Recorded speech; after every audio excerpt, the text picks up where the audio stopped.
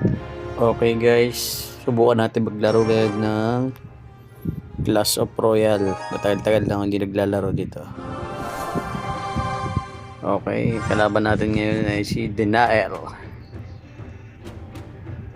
Basic heroes lang ating gamit dito guys. Tingnan natin kung uubra. Naglapag muna ako ng dragon. Then sinundan ko ng dalawa pang dragon. Then naglapag siya sa kabila ng Hog Rider at sa kabila ng Witch at saka mga minions. Then nilaglagan ko naman ng Prince. Then umatak na yung Prince ko. Nilaglagan ako ng mga skeleton.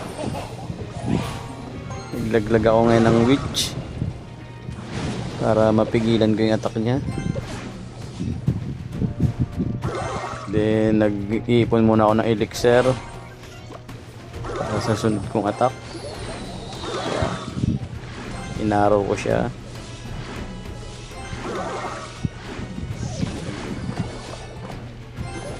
Naglaglag ko din ako ng skeleton para mapigilan ko yung Hog Rider niya. Naglaglag ulit ako ng dragon. Tingnan natin kung ubra itong attack na to. Okay, para mapiproceed siya ng tower. Ubra guys, ubra guys. Naglaglag ako ng wizard. Oy, nadali ko ang mini minions niya. Naglaglag ulit ang dragon.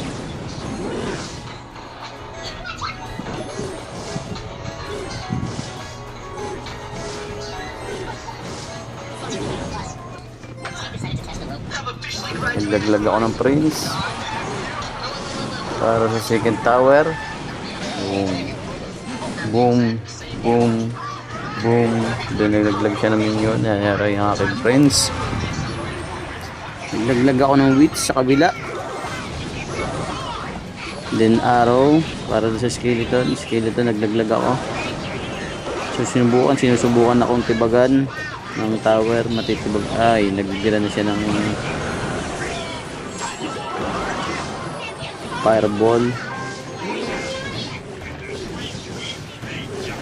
Sinusubukan akong pasukin. Naglaglag ako ng Prince para sa kabila. Ubra kaya. Hop, naglaglag siya ng skeleton.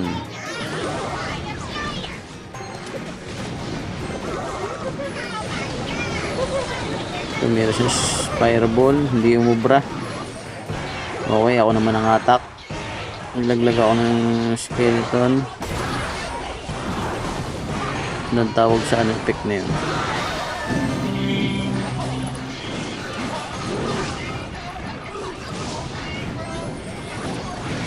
Naglaglag akong dragon.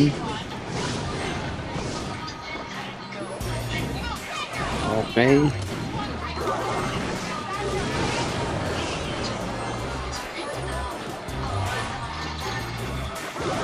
Iaaraw ko siya dyan.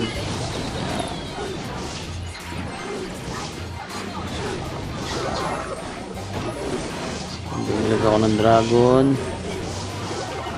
Skeleton. Ayun na. Patak na. Hihit ko kaya. Nanalo kaya tayo dito guys. 500, 300, 200. Okay, Percy. Boom. 2 crown. Dalawang crown lang nakuha natin guys. Yan lang guys, nanalo tayo sa unang laro natin sa Clash of Royale.